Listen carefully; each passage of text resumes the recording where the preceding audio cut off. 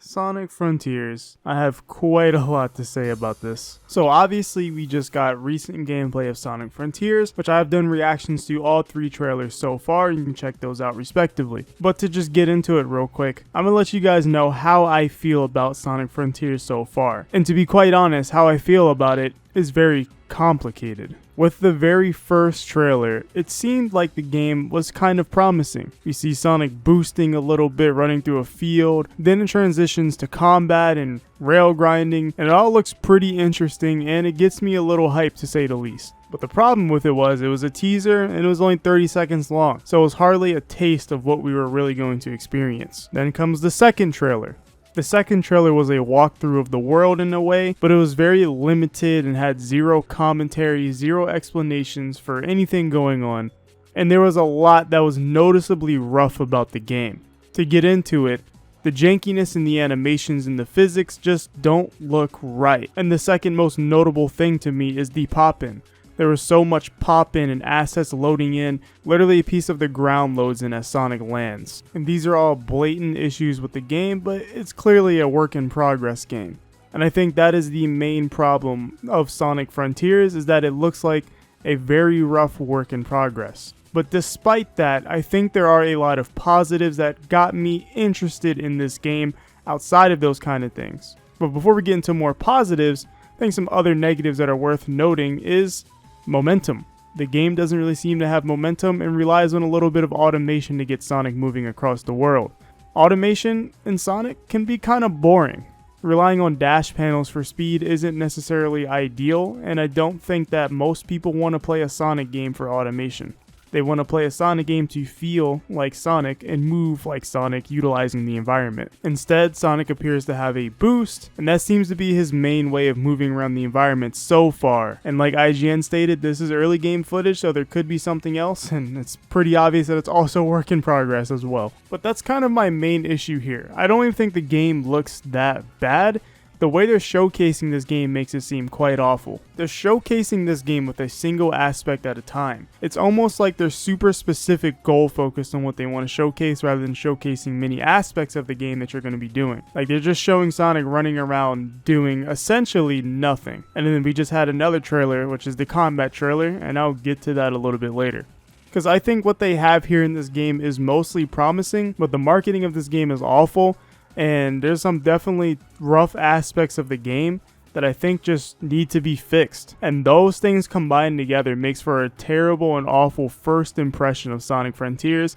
Because I truly think that this game still doesn't look terrible. It just is very rough, and that's not what we want to see. Rough isn't really an excuse. Even if the game turns out, fine, this is still pretty bad for first impressions. That trailer led to a mass dislike bombing of Sonic Frontiers, and many people on Twitter started hashtag trends saying delay Sonic Frontiers. And the discourse went galore all over Twitter, Discord, and any social media imaginable. And all we could do is wait for the next trailer. And as of this recording, the combat trailer dropped, and I'm happy to say I'm overall pleased with how the combat is shaping up. The combat has restored a lot of people's faith in this game, and it made it just a lot more interesting. And personally, getting this out of the way, the combat overall, in theory, is good, and I like how it forces you to do more than just mash buttons. But the elephant in the room, the combat, is the animations. The animations are still extremely rough for the combat, and it makes it not look as smooth as it should be. And honestly, that might be my biggest gripe with this entire game, is the animation and polish. If they get the animation and polish down, it can make the game look and feel better. But overall, I really do enjoy what they showed from the combat trailer, because I like the idea that, again, you have to use more than just mashing to defeat an enemy. Like the enemy where it has its little metal shell, and you have to use the spin cycle to lift it up and attack the enemy. That's pretty good enemy design, and honestly that's what separates a lot of action games, is the enemy design. Frontiers looks like it could be a little mashy, but if the enemies force you to do different things, then it won't feel as bad. The Werehog has many button combo attacks that you can do, but it doesn't really matter because the enemies in Sonic Unleashed don't really force you to do much. You could probably master the entirety of Sonic Unleashed just by hitting X. There's no reason to do most of those combos in Sonic Unleashed because they don't really reward you. There's honestly an optimal combo for almost every situation. Sonic Frontiers seems to be the opposite. It has less combo game, but a bit more thought out enemy design. Now, whether you enjoy the open world look and how it feels is completely subjective. So far, it doesn't really feel offensive to me, and it just seems like a somewhat basic open world, which I don't really have that much of a problem with. It's only really a problem if it looks terrible, and so far it's hard to tell if it looks bad, because I don't really know what the main objectives are in this game yet. That kind of goes along with the marketing being bad, because they're just not really explaining what we're doing in this game yet. But with all this out on the table, does this game deserve the hate so far?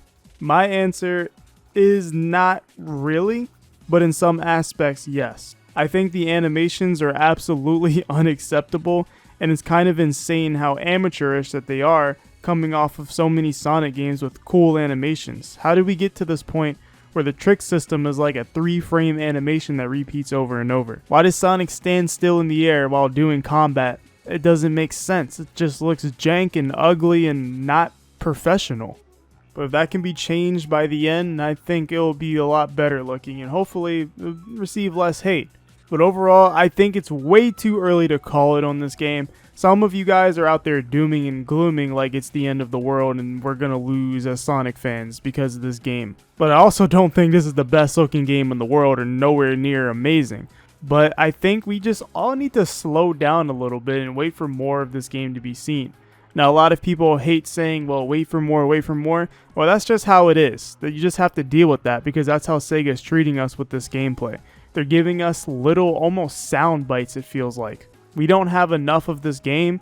We don't know what's going on in this game. We just know Sonic's hitting stuff and he's running around. They're not telling us much about this game, and their marketing needs to step up. And because we don't know much about this game, it's causing people to go into panic mode. I think Sega needs to do a better job of showcasing this game and explaining what's going on in this game. But I don't think it's time to doom and gloom yet. We're only literally 2 trailers in and 1 teaser. This game can look completely awful and play completely amazing when we actually get it. Or to some of you who are enjoying this could look like the best thing ever and be completely awful when you play it.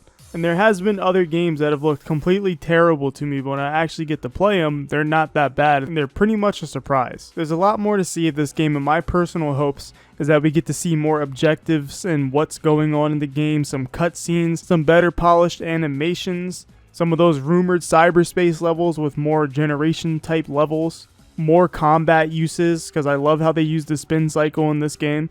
And that way I will be a bit more satisfied and feel a bit more secure when it comes to thinking about this game's reception and how it's going to actually be when we get it. But Sega/Sonic team, I hope you guys can pull this off. It seems like the combat trailer's turning some people around. You just have to keep up good trailers and good presentations because this is just not gonna work if they keep going the way they are. I really hope you can do this. I really hope you guys can. But those are my quick thoughts on Sonic Frontiers, and does it deserve the hate? You let me know in the comments below because that was my opinion and I want to hear your guys' opinion. Does this deserve the hate? But like always, I'll see you guys in the next one.